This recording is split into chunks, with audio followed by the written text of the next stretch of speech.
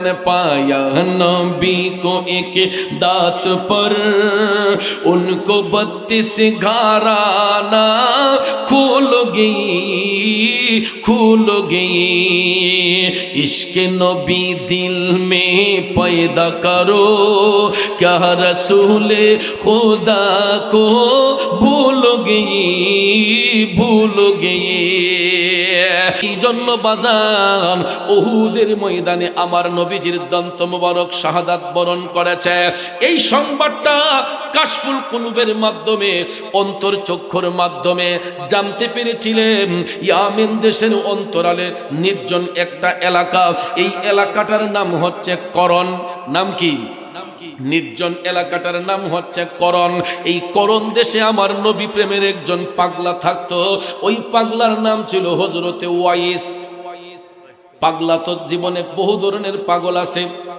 কেউ আছে নারীর পাগল, কেউ আছে টাকার পাগল, কেউ আছে দেহের পাগল, কেউ আছে সম্পদের পাগল, কেউ আছে দুনিয়ার পাগল। আবার কোন পাগল আছে রে, এরা কোনো লোভী নয়, দুনিয়া লোভী পাগল নয়। এরা খাবারের চিন্তা করে না, বাসস্থানের চিন্তা করে না, এরা কোনো মানুষের হক নষ্ট করে না। ওই পাগলরা তারা মৌলার সাথে পাগলামি করে, আমার মৌলার সাথে প্রেমের কালেকশন ফিট করে। ঠিক কিনা কন বন্ধু?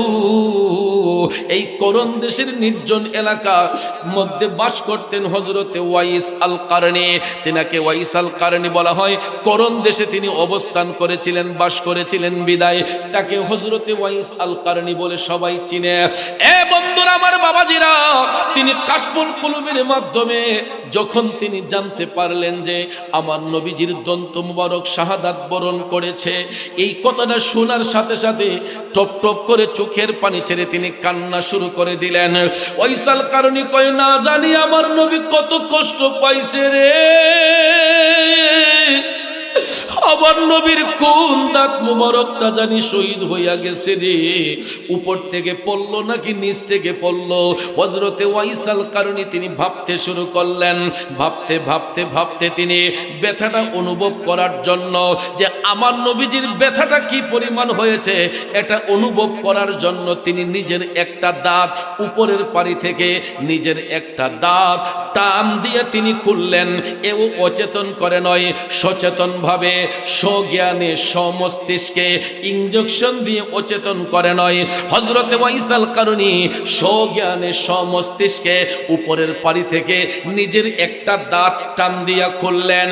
এরে তারওয়ার বাবাজিরা, একটু চিন্তা করে দেখেন তো, আমাদের দাঁতের মধ্যে যদি ব্যথা হয়, আমার আপনার দাঁতের মধ্যে যদি ব্যথা হয়, এই ব্যথাটা নির্মূল করার জন্য দাঁতের ডাক্তারের কাছে আমরা যাই, ঠিক না বেঠিক?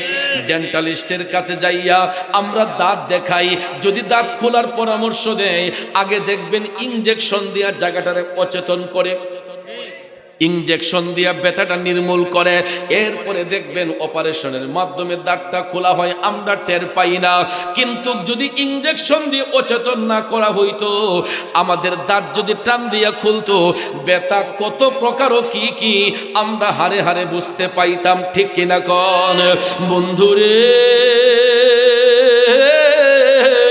ও তারুয়া গ্রামের বাবাজিরা গো, হযরত ওয়াইস আল কারনী ইনজেকশন দিয়ে অচেতন করে নয়, স্বজ্ঞানে সমস্তিষ্কে উপরের পারি থেকে নিজের একটা দাঁত যখন টান দিয়া খুললেন, রক্ত মুবারকটা যখন ফিচকি মেরে বের হয়েছে, ওয়াইস আল কারনী কয়, আমার নবীর না জানি কত কষ্ট হয়েছে।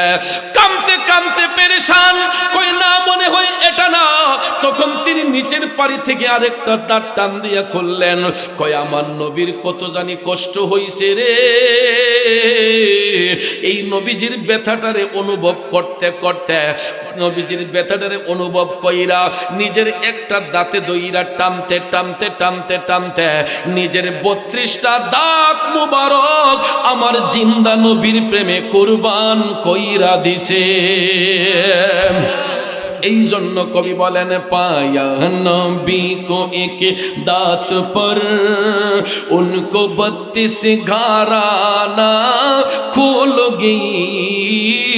खोलोगे, इश्क नबी दिल में पैदा करो, क्या रसूल खुदा को भूलोगे, भूलोगे। এ তারুয়ার যুবক বন্ধুরা, আমার বাবাজিরা গো, এবার চিন্তা করে দেখেন, নবীজির একটা দাঁত মুবারকের সংবাদ পাইয়া হযরতে ওয়াইসাল কারণে নিজের 32টা দাঁত মুবারক খুললেন। আমরা নবীর জন্য কি দিলাম? আমরা নবীর জন্য কি দিলাম? কিন্তু শোনো বন্ধু, নবী কান্দেন মদিনায়, আজো উম্মতের মায়ায়, কান্দেন নবী মদিনায়, আজো উম্মতের মায়ায়। দুরুদ পড়ে সবাই, দুরুদ পড়ে সবাই, নবীকে সালাম জানাই, কান্দেন নবী মদিনায়, আজো উম্মতের মায়ায়, নবী নাই আজো উম্মতের মায়ায়। ঠিক কিনা কন? আমার নবী এখনো উম্মতি উম্মতি বলে কান্দে, আর উম্মতরা চায়ের দোকানে বইসা আড্ডা মারে। আমার নবী উম্মতি উম্মতি বলে কান্দে। উম্মতের দলেরা, আমি দেখছি এখানে মাহফিল হইতাছে, কতগুলা ছেলে ব্যাডমিন্টন খেলতেছে। আজকে কি ব্যাডমিন্টন খেলার রাত? আজকে কি চায়ের দোকানে বইসা আড্ডা মারার রাত? এ পুরা কপাল্লা নবীর উম্মতেরা, ওই নবী এখনো আমার আপনার জন্য কাঁদছে রে। দয়াল নবী নিজের জন্য কাঁদে না, আমার নবী এখনো উম্মতি উম্মতি বইলা কান্দে। আজকে মাহফিলের যেই জায়গাগুলা ফাঁকা পড়ে আছে, প্রত্যেকটা জায়গা হাসরের ময়দানে আল্লাহর দরবারে সাক্ষী হবে। কারণ একদিন আগেও এটা আব্দুল হাই সাহেবের বাড়ির উঠান ছিল, আঙ্গিনা ছিল, কিন্তু যখন মাহফিলকে জড়িয়া করে ছামিয়ানা দেয়া হয়েছে, এটা আর আব্দুল হাই সাহেবের বাড়ির উঠান না। এই মুহূর্তে যতক্ষণ মাহফিল চলবে, এটা হয়ে যাবে আমার নবীর বেহেশতের বাগান। আজকে দেখেন, নবীর বাগান সাজানোর কারণে এই সামিয়ানার কাপড়গুলাও দামি হইয়া গেছে। কথা কোন? আমার নবীর বাগান সাজানোর কারণে এই সামিয়ানা গুলা দামি হইয়া গেছে, এই মাইকটা দামি হইয়া গেছে। কিন্তু এই মাইক গুলা কত বিয়ে বাড়িতে ডিজে গান বাজানো হয়, এই সাউন্ড বক্স দিয়া কত ডিজে গানের পার্টি দেওয়া হয়, এই সামিয়ানা দিয়া কত জনসভা হয়, কত বিয়ের অনুষ্ঠান সাজানো হয়। তখন কি এইগুলার বেহেশতের বাগান বলা হবে? কিন্তু আজকে নবীর বাগান সাজানোর কারণে এই মাইকটাও দামি হয়েছে, প্যান্ডেলটাও দামি হয়েছে, মানুষগুলাও দামি হয়ে গেছে। ঠিক কিনা কন? কালমার আগে পড়ে আল্লাহ, মাঝখানে রাসূল, সৃষ্টি কোলে মোদের নবীর নাই যে সমতল। আল্লাহ পাকের প্রিয় নবী সৃষ্টির উপরে এলেন নূরের নবী, যখন মক্কা নগরে এলেন নূরের নবী, যখন মক্কা নগরে। ঠিক কিনা বলেন? আমার বাবাজিরা বন্ধুরা, কালেমার অংশ হলো দুইটা, একটা হলো লা ইলাহা ইল্লাল্লাহ, অপরটা হলো মুহাম্মাদুর রাসূলুল্লাহ। অংশ যদিও দুইটা হয়, দুইটার সংমিশ্রণে হবে একটা। ঠিক কিনা কম? কারণ লা ইলাহা ইল্লাল্লাহ প্লাস মুহাম্মাদুর রাসূলুল্লাহ, অঙ্কের সমাধান কি যুক্ত হবে নাকি পার্ট হবে? যুক্ত হবে। কথা বলেন ঠিক কিনা? কারণ যারা বীজগণিতের সূত্র জানেন, আপনারা অবশ্যই জানেন, প্লাসে প্লাসে প্লাস, প্লাসে মাইনাসে মাইনাস। এখানে বীজগণিতের সূত্র অনুসারে অঙ্ক যদি করা হয়, লা ইলাহা ইল্লাল্লাহ প্লাস মুহাম্মাদুর রাসূলুল্লাহ, অঙ্কের সমাধান কিন্তু আলাদা হবে না, যুক্ত কালেমা হবে। কথা কোন ঠিক না বেঠে? আর এই কালেমাই হইল মুসলমানদের নিশানা। বন্ধুরা, আমার বাবাজিরা, আমার মদিনার কামলিওয়ালা নবী, দয়ার নবী, মায়ার নবী অস্ত্র হাতে নিয়ে ইসলামের খেদমত করতে আসেন নাই, বোমা হাতে নিয়ে খেদমত করতে আসেন নাই। দয়ার নবী আমার আল্লাহর পক্ষ থেকে প্রেরিত হয়েছেন, নির্দিষ্ট কোনো কওমের মধ্যে নয়, নির্দিষ্ট কোনো গোত্রের নবী নয়। আমরা এমন একজন নবীর উম্মত যিনি 7 আসমান 7 জমিনের নবী, যিনি 80,000 আলমের নবী। আল্লাহর সৃষ্টি জগতে যতটা জগৎ সমূহ রয়েছে, যেখানে আল্লাহ রাব্বুল আলামিন সেখানে আমাদের নবী রহমাতাল লিল আলামিন। ঠিক না ঠিক? এই জন্য ভাইয়েরা আমার দয়াল নবীর আসার কোনো প্রয়োজন ছিল না। আল্লাহ রাব্বুল আলামিন দয়া করে মায়া করে আপন হাবিবকে পৃথিবীর মধ্যে পাঠিয়েছেন হেদায়েতের বাণী শিক্ষা দেওয়ার জন্য, জগৎকে আলোকিত করার জন্য। ওই নবীজি পৃথিবীর মধ্যে শুভাগমন করে সর্বপ্রথম আমার নবী কালেমার দাওয়াত নিয়ে গেলেন নবীর বংশের লোক, নবীর চাচা আবু জেহেলের কাছে। আবু জেহেলের কাছে আমার নবী মুচকে হেসে গিয়ে বললেন, চাচা এই বাণী সত্য বাণী, এই কালেমা সত্য কালেমা, আপনি কালেমা পাঠ করুন। আবু জেহেল ডাক দিয়া কই, ভাতিজা তোমার এই কালেমা যে সত্য বাণী, এটার কি ডকুমেন্ট তোমার কাছে রয়েছে? আমার নবী মুচকি হেসে দিয়ে বললেন, চাচা এই কালেমা যে সত্য বাণী, এটার কোন ডকুমেন্ট আপনার দরকার? দয়াল নবী যখন এই কথা বললেন, আবু জেহেল ডাক দিয়া কই, ভাতিজা যদি আসমানের চন্দ্র 2 টুকরো করে দেখাইতে পারো তাইলে মনে করব তোমার এই কালেমা সত্য বাণী। আমার নবী মুচকি হেসে বললেন, চাচা আসমানের চন্দ্র 2 টুকরো হলেই কি আপনি কালেমা পড়বেন? আবু জেহেল কয়, আগে দেখাও। তারুয়া গ্রামের বাবাজিরা গো, আপনারা বলেন আমার নবী দেখাতে পারবেন কি পারবেন না? এই বিশ্বাস আপনাদের আছে না নাই? আবু জেহেল নবী কাহা চাঁদ 2 টুকরে করে হে। আমার দয়াল নবী সঙ্গে সঙ্গে জাবালে আবু কুবাইস একটা পাহাড় আছে, এখনো যদি হাজী সাহেবরা মক্কা শরীফে যান, নবীজি যেই বাড়িতে তশরিফ এনেছিলেন এই বাড়িটার পাশে গেলেই দেখবেন জাবালে আবু কুবাইস নামক পাহাড়ের চিহ্নটা, যেখানে দাঁড়াইয়া আমার নবী আসমানের চন্দ্র 2 টুকরো করেছিলেন। এই জাবালে আবু কুবাইস পাহাড়ের মধ্যে দাঁড়াইয়া আমার নূরের নবী, দয়ার নবী হাত মুবারক উঠাইয়া আঙ্গুল মুবারক দিয়া চাঁদের দিকে ইশারা করতে দেরি হয়েছে, আকাশের চাঁদ 2 টুকরো হইতে দেরি করে নাই। আবু জেহেল নবী কাহা চাঁদ 2 টুকরে করে হে, वो भी करके देखाया है, वो नबी हमारा है, वो नबी हमारा है। একটা জবানও বন্ধ রাখবেন না, চিৎকার মেরে বলুন না আল্লাহু আকবার। আমার বাবাজিরা বন্ধুরা, আবু জেহেলের চোখের সামনে আমার নবীজি নুরানি হাত মুবারক উঠাইয়া আসমানের চন্দ্রের দিকে ইশারা করতে দেরি হয়েছে, আকাশের চাঁদ 2 টুকরো হইতে দেরি করে নাই। এই জন্য কবি আরো চমৎকার ভাষায় লিখেছেন, সাইয়তি শাজারু নাতাকাল হাজারু শাক্কাল কমারু বিইশারাতিহি, আল্লাহু আল্লাহু আল্লাহু আল্লাহ আল্লাহু আল্লাহু আল্লাহু আল্লাহ। জুড়ে কন্যা আল্লাহু আকবার। আমার বাবাজিরা বন্ধুরা, আবু জেহেল নিজের চোখে তাকাইয়া দেখলো আমার নবী আঙ্গুল মুবারক ইশারা করে চাঁদ 2 টুকরো করেছেন। নবীজি মুস্কি হেসে বললেন, চাচা এবার দেখলেন তো আসমানের চন্দ্র 2 টুকরো হয়েছে, বলুন না কালেমা পড়বেন নে? বেঈমান আবু জেহেল আমার দয়াল নবীর অন্তর মুবারকে কষ্ট দিয়া বলল, ভাতিজা তুমি আর কত জাদুগিরি করবা? আরো জোরে কোন, আরো জোরে। আপনারা কি মনে করেন আমার নবী জাদুঘর? এ বন্ধু,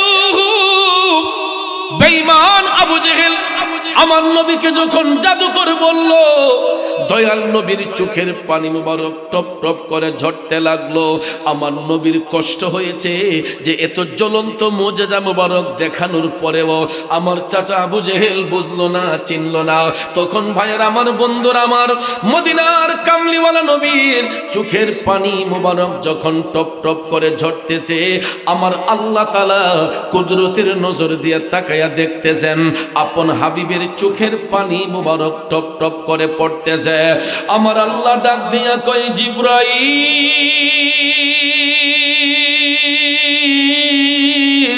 ও জিবরাইল, তাকাইয়া দেখো আবু জেহেল আমার বন্ধু নবী মুস্তাফার অন্তর মুবারকে কষ্ট দিয়া দিছে। আল্লাহ তাআলা ডাক দিয়া কই, ও জিবরাইল, আমার বন্ধু নবী মুস্তাফার সামান্যতম কষ্ট আমি আল্লাহ সহ্য করতে পারি না। যাও জিবরাইল যাও, আবু জেহেলের দাঁত ভাঙ্গা জবাব দিয়ে আসো। সাথে সাথে জিবরাইল আলাইহিস সালাম ওহী নিয়ে আমার নবীর কদমে হাজির হইয়া গেলেন। আমার আল্লাহ তাআলা ঘোষণা দিয়া পাঠাইলেন, বিসমিল্লাহির রহমানির রহিম।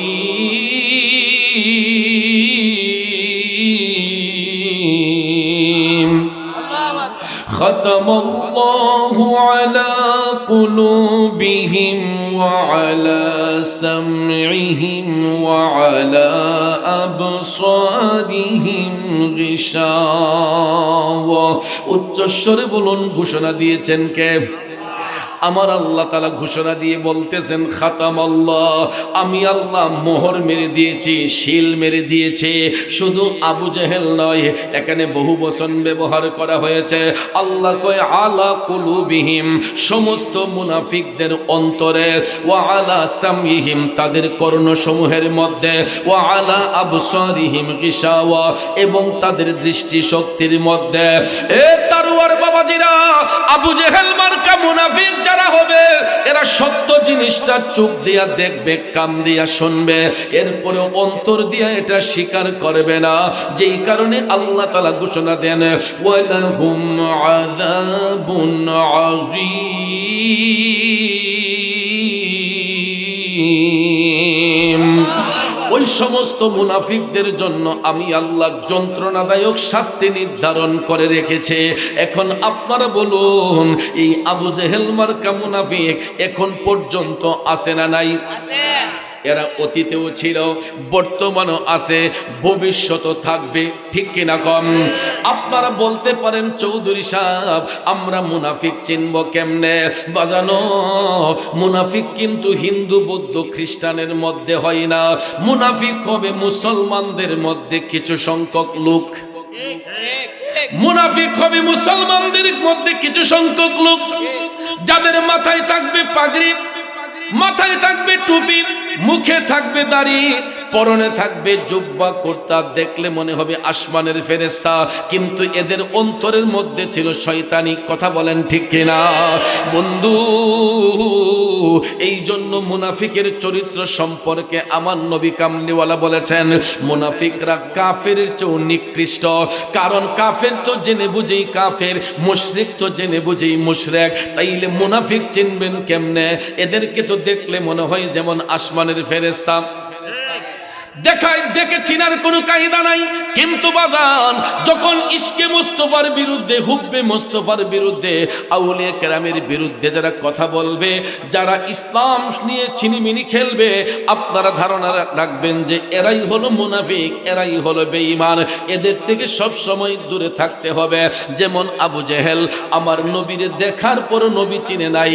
এই না চিনার পরিণামটা ভালো হইছে না খারাপ হইছে? কেমন খারাপ হইছে? হাজী সাহেবরা এখন পর্যন্ত মক্কা শরীফ যদি যান, আবু জেহেলের বাড়ির মধ্যে এখানে কেউ ঘুমাইবার জন্য যায় না, আরাম করে পেশাব পায়খানা করার জন্য যায়। ঠিক না ঠিক? কারণ বিয়াদবি রাসূল যারা নবীর দেখা পাবে না, ঠিক কিনা বলেন? কারণ আবু জেহেল আমার নবী দেখার পরেও নবী চিনে নাই, যার পরিণাম এতইটা খারাপ হয়েছে। কারণ আমার নবীর বাড়ির একদম অপোজিটের বাড়িটাই ছিল আবু জেহেলের বাড়ি, ঠিক কিনা কম? নবীজি যেই বাড়িতে শুভাগমন করেছেন, ঠিক অপোজিটের বাড়িটাই ছিল আবু জেহেলের বাড়ি।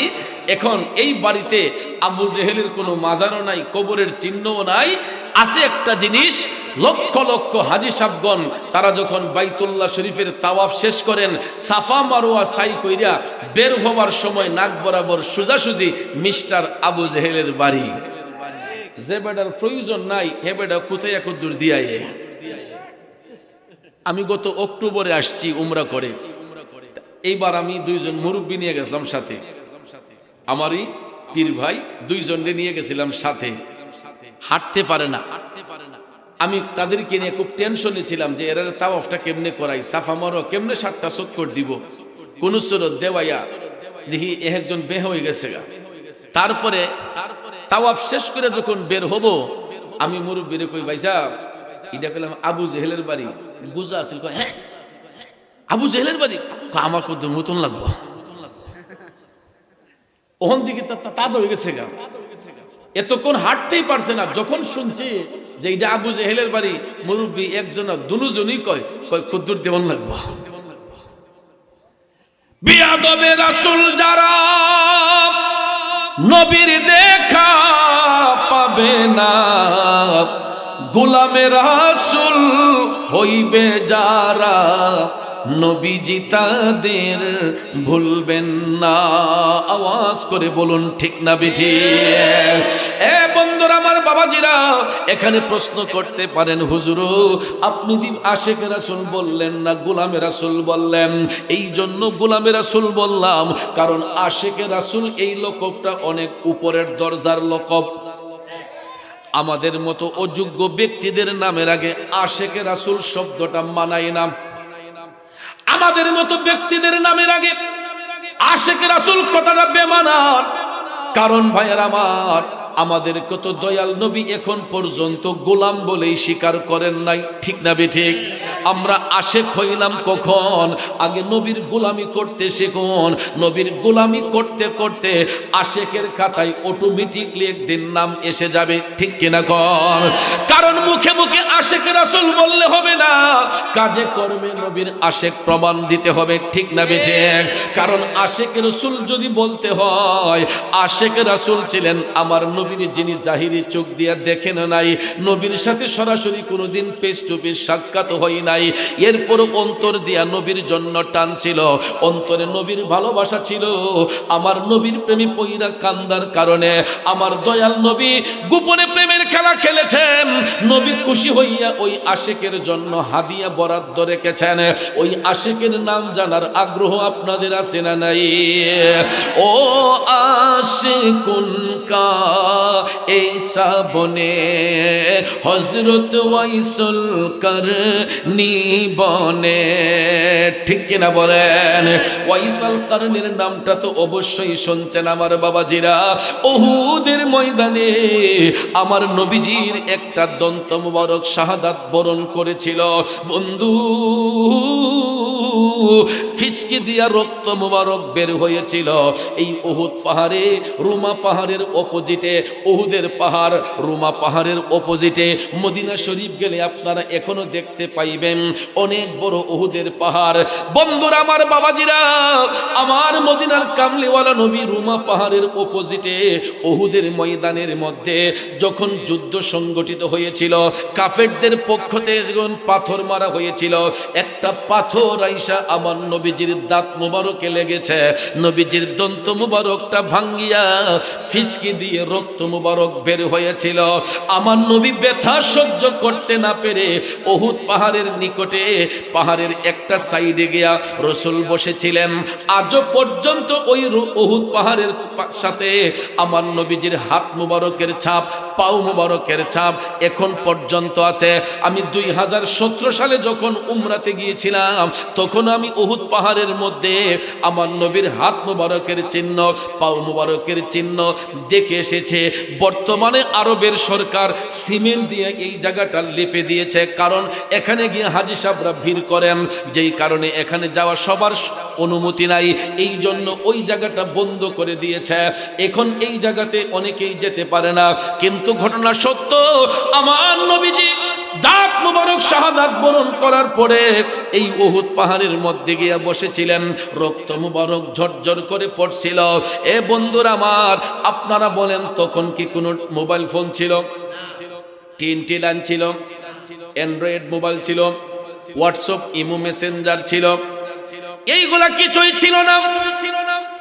কোন সফটওয়্যারের আবিষ্কার হয় নাই।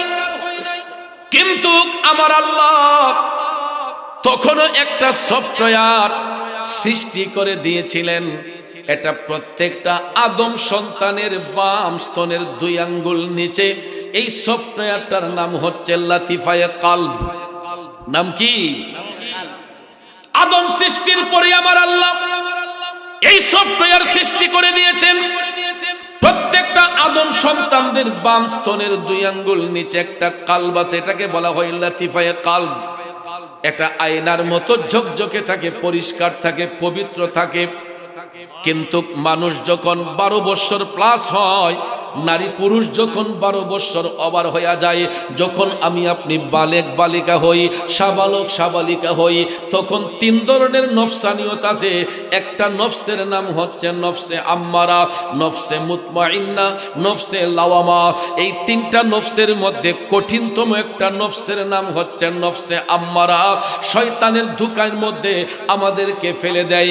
এই নফসে আম্মারার ধোঁকায় পড়িয়া আমরা যখন পাপের দিকে ড্রাইভার হইয়া যাই, অন্যায় অত্যাচারে ড্রাইভার হইয়া যাই, পাপ করতে করতে আমাদের আয়নার মতো পরিষ্কার কালটা ঠিককার মতো কালো হইয়া যায়। দেখবেন চেলি কিন্তু প্রথমে সাদা থাকে, চেলি কিন্তু সাদা থাকে, এটা আগুন দিয়ে পুড়লে দেখবেন কয়লা হইয়া যায়, কালো হইয়া যায়। ঠিক কিনা কম বন্ধুরে? ঠিক সেই রকম ভাবে আমাদের কালটা জন্মের পরে নূরান্বিত থাকে, কিন্তু সাবালক সাবালিকা হওয়ার পরে আমরা নফসে আম্মারার ধোঁকায় পড়িয়া ওই কালটাকে পাপ করতে করতে অন্ধকার করে ফেলে। আর এই অন্ধকার কাল কখনো অন্ধকার হবে না যদি ওই কালবের মধ্যে মওলার জিকির থাকে, ওই কালবের মধ্যে নবীর দুরূদ থাকে। এই কালটা যদি পরিষ্কার রাখতে হয়, চিটারি বাটপারি বন্ধ রাখতে হবে, মানুষের হক নষ্ট করা যাবে না, মানুষকে কষ্ট দেওয়া যাবে না। ঠিক কিনা কন? তাইলে এই কালটা নূরান্বিত থাকে, যারা রিয়া মুক্ত হয়, হিংসা মুক্ত হয়। এই জন্য বাজান উহুদের ময়দানে আমার নবীজির দন্ত মুবারক শাহাদাত বরণ করেছে। এই সংবাদটা কাশফুল কুলুবের মাধ্যমে, অন্তর চক্ষুর মাধ্যমে জানতে পেরেছিলেন। ইয়ামেন দেশের অন্তরালে নির্জন একটা এলাকা, এই এলাকাটার নাম হচ্ছে করণ। নাম কি? নির্জন এলাকাটার নাম হচ্ছে করণ। এই করণ দেশে আমার নবী প্রেমের একজন পাগলা থাকতো। ওই পাগলার নাম ছিল হযরতে ওয়াইস। পাগলা তো জীবনে বহু ধরনের পাগল আছে। কেউ আছে নারীর পাগল, কেউ আছে টাকার পাগল, কেউ আছে দেহের পাগল, কেউ আছে সম্পদের পাগল, কেউ আছে দুনিয়ার পাগল।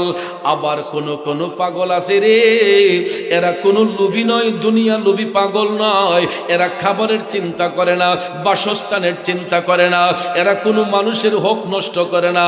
ওই পাগলরা তারা মৌলার সাথে পাগলামি করে, আমার মৌলার সাথে প্রেমের কালেকশন ফিট করে। ঠিক কিনা কন বন্ধু? এই করণ দেশের নির্জন এলাকার মধ্যে বাস করতেন হযরতে ওয়াইস আল কারনী। তিনাকে ওয়াইস আল কারনী বলা হয়। করণ দেশে তিনি অবস্থান করেছিলেন, বাস করেছিলেন বিদায় তাকে হযরতে ওয়াইস আল কারনী বলে সবাই চিনে।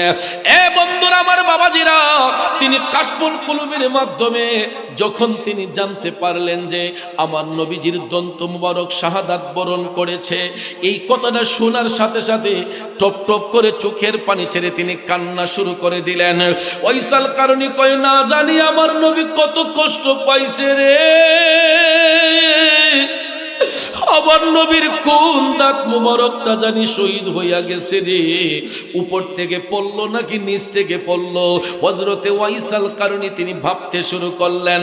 ভাবতে ভাবতে ভাবতে তিনি ব্যথাটা অনুভব করার জন্য, যে আমার নবীজির ব্যথাটা কি পরিমাণ হয়েছে এটা অনুভব করার জন্য তিনি নিজের একটা দাঁত উপরের পারি থেকে নিজের একটা দাঁত টান দিয়ে তিনি খুললেন। এও অচেতন করে নয়, সচেতন ভাবে স্বজ্ঞানে স্বমস্তিষ্কে ইনজেকশন দিয়ে অচেতন করে নয়। হযরতে ওয়াইসাল কারণী স্বজ্ঞানে স্বমস্তিষ্কে উপরের পাড়ি থেকে নিজের একটা দাঁত টান দিয়া খুললেন। এরে তারুয়ার বাবাজিরা, একটু চিন্তা করে দেখেন তো, আমাদের দাঁতের মধ্যে যদি ব্যথা হয়, আমার আপনার দাঁতের মধ্যে যদি ব্যথা হয়, এই ব্যথাটা নির্মূল করার জন্য দাঁতের ডাক্তারের কাছে আমরা যাই, ঠিক না বেঠিক? ডেন্টালিস্টের কাছে যাইয়া আমরা দাঁত দেখাই। যদি দাঁত খোলার পরামর্শ দেয়, আগে দেখবেন ইনজেকশন দিয়া জায়গাটারে অচেতন করে, ইনজেকশন দিয়া ব্যথাটা নির্মূল করে। এরপরে দেখবেন অপারেশনের মাধ্যমে দাঁতটা খোলা হয়, আমরা টের পাই না। কিন্তু যদি ইনজেকশন দিয়ে অচেতন না করা হইতো, আমাদের দাঁত যদি টান দিয়া খুলতো, ব্যথা কত প্রকার ও কি কি আমরা হারে হারে বুঝতে পাইতাম, ঠিক কিনা কোন বন্ধুরে? ও তারুয়া গ্রামের বাবাজিরা গো, হযরত ওয়াইসাল কারণী ইনজেকশন দিয়ে অচেতন করে নয়, স্বজ্ঞানে স্বমস্তিষ্কে উপরের পাড়ি থেকে নিজের একটা দাঁত যখন টান দিয়া খুললেন, রক্ত মুবারকটা যখন ফিচকি মেরে বের হয়েছে, ওয়াইসাল কারণী কয় আমার নবীর না জানি কত কষ্ট হয়েছে। কাঁদতে কাঁদতে পেরেশান, কই না মনে হয় এটা না। তখন তিনি নিচের পাড়ি থেকে আরেকটা দাঁত টান দিয়া খুললেন, কয় আমার নবীর কত জানি কষ্ট হইছে রে। এই নবীজির ব্যথাটারে অনুভব করতে করতে, নবীজির ব্যথাটারে অনুভব কইরা নিজের একটা দাঁতে দইরা টানতে টানতে টানতে টানতে নিজের 32টা দাঁত মুবারক আমার জিন্দা নবীর প্রেমে কুরবান কইরা দিছে। এই জন্য কবি বলেন, পায়া নবী কো এক দাঁত পর উनको 32 घराना खुल गई इश्क नबी दिल में पैदा करो क्या रसूल खुदा को भूल गई। এ তারুয়ার যুবক বন্ধুরা, আমার বাবাজিরা গো, এবার চিন্তা করে দেখেন, নবীজির একটা দাঁত মুবারকের সংবাদ পাইয়া হযরতে ওয়াইসাল কারণী নিজের 32টা দাঁত মুবারক খুললেন। আমরা নবীর জন্য কি দিলাম? আমরা নবীর জন্য কি দিলাম? কিন্তু শোনো বন্ধু, নবী কান্দেন মদিনায়, আজো উম্মতের মায়ায় কান্দেন নবী মদিনায়, আজো উম্মতের মায়ায়। দুরুদ পড়ে সবাই, দুরুদ পড়ে সবাই নবীকে সালাম জানাই, কান্দেন নবী মদিনায়, আজো উম্মতের মায়ায়, নবী নাই আজো উম্মতের মায়ায়, ঠিক কিনা কোন? আমার নবী এখনো উম্মতি উম্মতি বলে কান্দে, আর উম্মতরা চায়ের দোকানে বইসা আড্ডা মারে। আমার নবী উম্মতি উম্মতি বলে কান্দে। উম্মতের দলেরা, আমি দেখছি এখানে মাহফিল হইতাছে, কতগুলা ছেলে ব্যাডমিন্টন খেলতেছে। আজকে কি ব্যাডমিন্টন খেলার রাত? আজকে কি চায়ের দোকানে বইসা আড্ডা মারার রাত? এ পুরা কপাল্লা নবীর উম্মতেরা, ওই নবী এখনো আমার আপনার জন্য কাঁদছে রে। দয়াল নবী নিজের জন্য কাঁদে না, আমার নবী এখনো উম্মতি উম্মতি বইলা কান্দে। আজকে মাহফিলের যেই জায়গাগুলা ফাঁকা পড়ে আছে, প্রত্যেকটা জায়গা হাসরের ময়দানে আল্লাহর দরবারে সাক্ষী হবে। কারণ একদিন আগেও এটা আব্দুল হাই সাহেবের বাড়ির উঠান ছিল, আঙ্গিনা ছিল, কিন্তু যখন মাহফিলকে জড়িয়া করে ছামিয়ানা দেয়া হয়েছে, এটা আর আব্দুল হাই সাহেবের বাড়ির উঠান না। এই মুহূর্তে যতক্ষণ মাহফিল চলবে, এটা হয়ে যাবে আমার নবীর বেহেশতের বাগান। আজকে দেখেন, নবীর বাগান সাজানোর কারণে এই সামিয়ানার কাপড়গুলাও দামি হইয়া গেছে। কথা কোন? আমার নবীর বাগান সাজানোর কারণে এই সামিয়ানাগুলা দামি হইয়া গেছে, এই মাইকটা দামি হইয়া গেছে। কিন্তু এই মাইকগুলা কত বিয়ে বাড়িতে ডিজে গান বাজানো হয়, এই সাউন্ড বক্স দিয়া কত ডিজে গানের পার্টি দেওয়া হয়, এই সামিয়ানা দিয়া কত জনসভা হয়, কত বিয়ের অনুষ্ঠান সাজানো হয়, তখন কি এইগুলারে বেহেশতের বাগান বলা হবে? কিন্তু আজকে নবীর বাগান সাজানোর কারণে এই মাইকটাও দামি হয়েছে, প্যান্ডেলটাও দামি হয়েছে, মানুষগুলাও দামি হয়ে গেছে, ঠিক কিনা কন? এই মিয়া যা হবার তা হইয়া গেছে। আর যতই টিপাটিপি করো নষ্ট ছাড়া ভালো হইতো না। আমি মহিলারা বাত ফাঁক করলে এক বাতও টিপ দিলে সব বাতের খবর ভিতরে নাকি সবজি টিপা দেহে।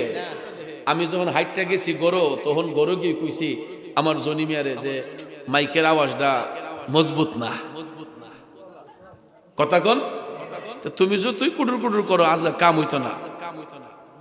কারণ ভাবিলে কি হবে গো, যা হইবার তা হইয়া গেছে। এই জন্য অ্যালার্জি রোগ খুব খারাপ, ঠিক না? হাই রে মজার চুলকানি, কথা কন। ইডির আবার একটা অ্যালার্জি রোগ আছে, কুদুর পর ইতা করে ইডি করে কিন্তু আর সাউন্ড নষ্ট করে। যা হবার হয়ে গেছে। এখন যদি বেশি ইয়ে করেন, টাইট করলে দেখবেন বাইকটা চিরা জায়গা। বেশি টাইট করলে কি হয়? যাক, আমার কপালের দোষ, মানুষের দোষ না, কমিটিরও দোষ না, এটা আমরা নসিবের দোষ, ঠিক না? ঠিক। একটু দুরূদ শরীফ পড়েন, আল্লাহুম্মা সাল্লি আলা সাইয়্যিদিনা মুহাম্মাদ নাবি। মাশাআল্লাহ। মাওলানা আদনা বিয়ানাম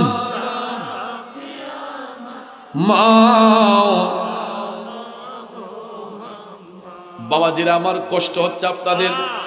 আমি খুব ইম্পর্টেন্ট একটা কথা বলেছিলাম যে আজকে নবীর বাগান সাজানোর কারণে এই সামিয়ানাগুলা দামি হয়ে গেছে, ফুলগুলা দামি হয়ে গেছে, মানুষগুলা দামি হয়ে গেছে, মাইকটা দামি হয়ে গেছে, প্রত্যেকটা আয়োজন আজকে দামি হয়ে গেছে। কার কারণে? আমার নবীর কারণে, ঠিক না বেঠিক? আর সবচেয়ে দামি হইছে যারা শাস্ত্র লোক এখন চা টানতেছে, বিড়ি টানতেছে, এরা খুব ভাগ্যবান, ঠিক না বেঠিক? ওরে সৃষ্টিকর্তার ইশারাতে যেতে হবে মাটির নিচেতে।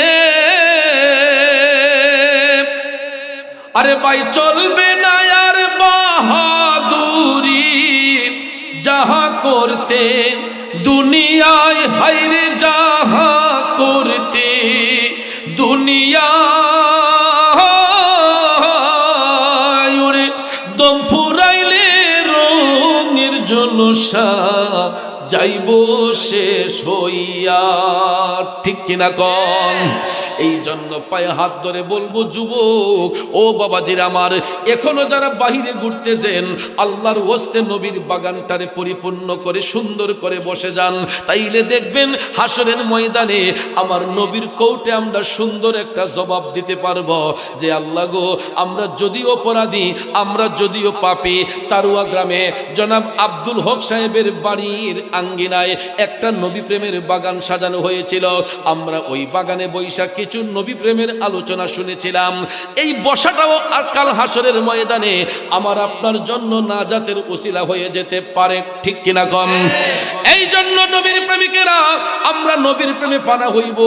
ওইসাল কারণে নবীজির একটা দাঁত মোবারকের সংবাদ পাইয়া নিজের 32টা দাঁত মোবারক বিসর্জন দিলেন, খুলে ফেললেন। চিন্তা করে দেখেন, যেই আশেক নবীজির একটা দাঁত মোবারকের সংবাদ পাইয়া নিজের 32টা দাঁত মোবারক খুলতে পারে রে, ওই আশেকের সিনার মধ্যে আমার নবীর ভালোবাসা কতটুক থাকতে পারে আপনাদের বিবেকের মধ্যে ছাড়লাম। আসুন সামনে যাই, ওই আশেকের জন্য আমার নবী কি হাদিয়া বরাদ্দ রেখেছেন। বন্ধু আমার দয়াল নবী এই পৃথিবীতে শুভাগমন করার 63 বছর জিন্দেগি কাল মোবারক কাটানোর শেষ প্রান্তে যখন আসলেন, নবীজি 63 বছর জিন্দেগি কাল মোবারক কাটানোর শেষ প্রান্তে যখন আসলেন, হঠাৎ করে প্রতিদিন আমার নবীজি আসরের নামাজ পড়ে আসহাবে সুফার মধ্যে বৈশা সাহাবায়ে কেরামের উদ্দেশ্যে তালিম দিতেন, নুরানি তালিম প্রদান করতেন। সুবহানাল্লাহ কোন সুবহানাল্লাহ। আসহাবে সুফা কোন জায়গাটা চিনেন? যারা রিয়াজুল জান্নাতে গিয়েছেন, রিয়াজুল জান্নাতে গেলে দেখবেন একদম রোজা শরীফের পিছন সাইডে রিয়াজুল জান্নাতের পিছন দিকে বাম পাশে দেখবেন একটু উঁচু জায়গা আছে, এই জায়গাটারে বলা হয় আসহাবে সুফা। কি বলা হয়? আসহাবে সুফা। এখানে বসে আমার রাসূল বিভিন্ন পরামর্শ করতেন, সাহাবায়ে কেরামের উদ্দেশ্যে তালিম প্রদান করতেন। সুবহানাল্লাহ বলেন। প্রতিদিনের নিয়াই আমার নবী যখন সাহাবায়ে কেরামের উদ্দেশ্যে নুরানি তালিম প্রদান করতেছেন, হঠাৎ একদিন ওই মাজলিসের মধ্যে বসা ছিলেন হযরতে ওমর ইবনুল খাত্তাব, হযরতে আলী রাদিয়াল্লাহু তাআলা আনহু, আরো অন্যান্য সাহাবায়ে কেরাম এই মাজলিসে উপস্থিত ছিলেন। হঠাৎ করে হযরত ওমর লক্ষ্য করে দেখতেছেন আমার নবীজির শরীর মুবারকের পোশাক মুবারক, জুব্বা মুবারক খানা নূরে ঝল ঝল করতেছে। আপনারা বলুন তো, পৃথিবীর মধ্যে এর চাইতে দামি পোশাক আর আছে? আমরা যত ব্র্যান্ডের পোশাক পরি না কেন, যত দামি পোশাক পরি না কেন, আমার নবীর পোশাক মুবারকের চাইতে দামি পোশাক পৃথিবীতে আর কোনটা হইতে পারে? নবীজির শরীর মুবারকের জুব্বা মুবারক নূরে জ্বলজ্বল করতেছে। হঠাৎ করে হযরত ওমর রাদিয়াল্লাহু তাআলা আনহু দাঁড়াইয়া আমার নবীর কদম মুবারকে সালাম পেশ করলেন। আসসালাতু আসসালামু আলাইকা ইয়া রাসূলুল্লাহ। নবী গো,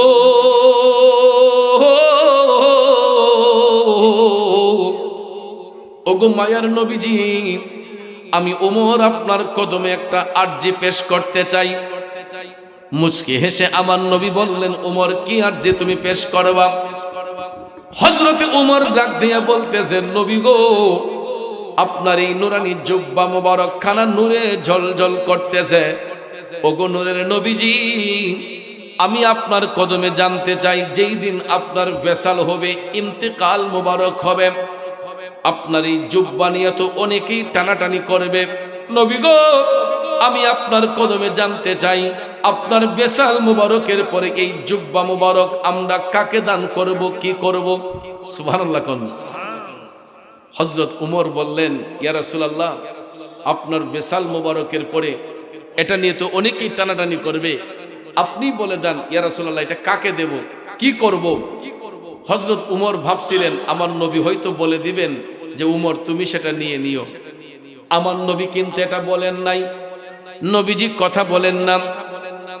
একটু পরে হযরত ওমর রাদিয়াল্লাহু তাআলা আনহু যখন বসে রইলেন, কিছুক্ষণ পরে হযরতে মাওলা আলী দাঁড়ালেন। হযরত আলী রাদিয়াল্লাহু তাআলা আনহু দাঁড়াইয়া তিনিও আমার নবীর কদমে সালাম পেশ করে বলতেছেন, নবী গো, আমি আপনার কদমে জানতে চাই, এই জুব্বা মুবারক খানা আমরা কি করব, কারে দান করব? আমার নবী উত্তর করেন না। একটু পরে দেখা যায় দয়াল নবীর চোখের পানি মোবারক টপ টপ করে ঝরতেছে। আল্লাহু আকবার। হযরত ওমর ডাক দিয়া কয়, নবী গো, ইয়া রাসূলুল্লাহ, আপনাকে তো এরকম করে কখনো কাঁদতে দেখি নাই। নবী গো, আপনি কান্না করতেছেন কেন? আমরা গোলামরা কি কোনো কষ্ট দিয়েছি আপনার অন্তর মোবারকে? আমার নবী ডাক দিয়া কয়, না রে ওমর, না, তোমরা কখনো আমারে কষ্ট দিতে পারো না। হযরত ওমর বললেন, নবী গো, তাইলে আপনি এইভাবে কান্না করতেছেন কেন? তখন দয়াল নবী বলতেছেন, ওমর, আমি এই মুহূর্তে আমার একটা পাগলার কথা স্মরণ করে কান্না করতেছি। হযরত ওমর রাদিয়াল্লাহু তাআলা আনহু ডাক দিয়ে বলতেছেন, নবী গো, কে সেই ভাগ্যবান পাগল? এই ভাগ্যবান ব্যক্তিটা কে নবী গো, যার জন্য দিনের নবী চোখের পানি ছাইরা কাঁদে? ইয়া রাসূলুল্লাহ, আমরা ওই পাগলকে চিনতে চাই আমার নবী ডাক দিয়ে বললেন, উমর, আমার এই পাগলের নাম হচ্ছে ওয়াইস। নাম কি? সাহাবায়ে কেরাম বললেন, ইয়া রাসূলুল্লাহ, ওনার নাম তো আর কোনোদিন শুনি নাই। আমার নবী বললেন, শোনার কথাও না, আমার পাগল ওয়াইস ইয়ামেন দেশের অন্তরালে করণ দেশে বাস করে। তখন সাহাবায়ে কেরাম বললেন, ইয়া রাসূলুল্লাহ, আমরা তো ওনাকে কোনোদিন দেখি নাই। আমার রাসূল বললেন, উমর শুনো তাইলে, আমি রাসূলের যেদিন বেসাল হবে, ইন্তেকাল হবে, তোমরা কেউ আমার জুব্বা নিয়ে টানাটানি করবা না। উমর, যদি সুযোগ হয়, কোনোদিন যদি ইয়ামেন দেশে তোমার সফর হয়, আর কোনো কারণে যদি আমার পাগল ওয়াইসের সাথে তোমাদের দেখা হইয়া যায়, আমি নবীর পক্ষ থেকে তাকে সালাম দিবা, আমার উম্মতের জন্য তারে দোয়া করতে বলবা, আর আমার ব্যবহৃত এই জুব্বাখানা আমার পাগল ওয়াইসকে তোমরা হাদিয়া দিয়ে আসবা। পাইলে নিরালাই গো নবী, পাইলে নিরালাই, পাইলে নিরালাই গো নবী, পাইলে নিরালাই। আমরা দুই কদমে চুমু খাবো, দুই কদমে চুমু খাবো, চরণ ধুলি মাখবো গায়, পাইলে নিরালাই গো নবী, পাইলে নিরালাই, পাইলে নিরালাই গো নবী। বন্ধু,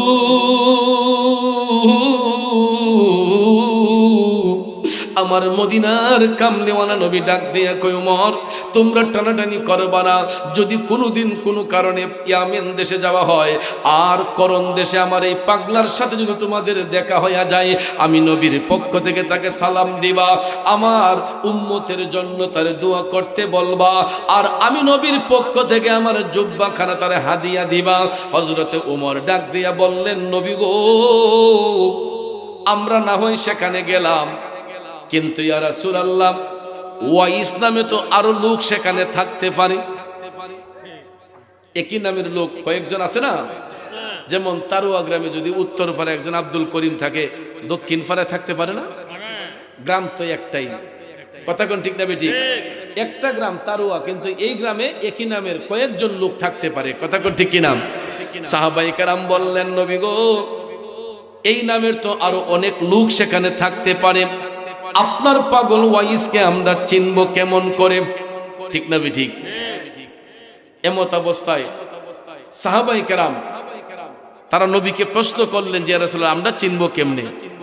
এখন এখানে খেয়াল করুন, ওয়াইস আল কারনির সাথে আমার নবীজির সরাসরি কোনোদিন দেখা হয় নাই, হইছে?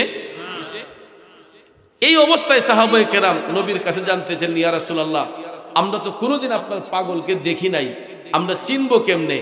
আপনারা বলুন তো, আমার নবী চিনাইতে পারবেন কি পারবেন না? এই বিশ্বাস আপনাদের আছে না নাই? গভীর মনোযোগ। আমার নবী কামলিওয়ালা কেমনে চিনাই দেয় দেখুন। দয়াল নবী ডাক দেয়া কয়, ওমর, এই নামের কাউকে যদি তোমরা খুঁজে পাও, এত সহজে সে তার নাম পরিচয় বলবে না, কিন্তু তোমরা লক্ষ্য করে দেখবা তার ডান হাতটা মুঠ করা থাকবে। হাতের মুঠটা যদি খুলতে পারো, দেখবা তার হাতের মধ্যে সাদা একটা দাগ আছে। এই দাগটা যদি খুঁজা পাও, বুঝবা সেই হলো আমার পাগল ওয়াইস। নবীর কথা সত্য না মিথ্যা? সাহাবায়ে কেরাম এটার প্রতি ঈমান রাখলেন, বিশ্বাস রাখলেন। বিশ্বাস স্থাপন কইরা সবাই যার যার মতো করে আপন আপন হুজরাতে চলে গেলেন। আমার নবী কামলিওয়ালাও আপন হুজরাতে চলে গেলেন। বন্ধুরে,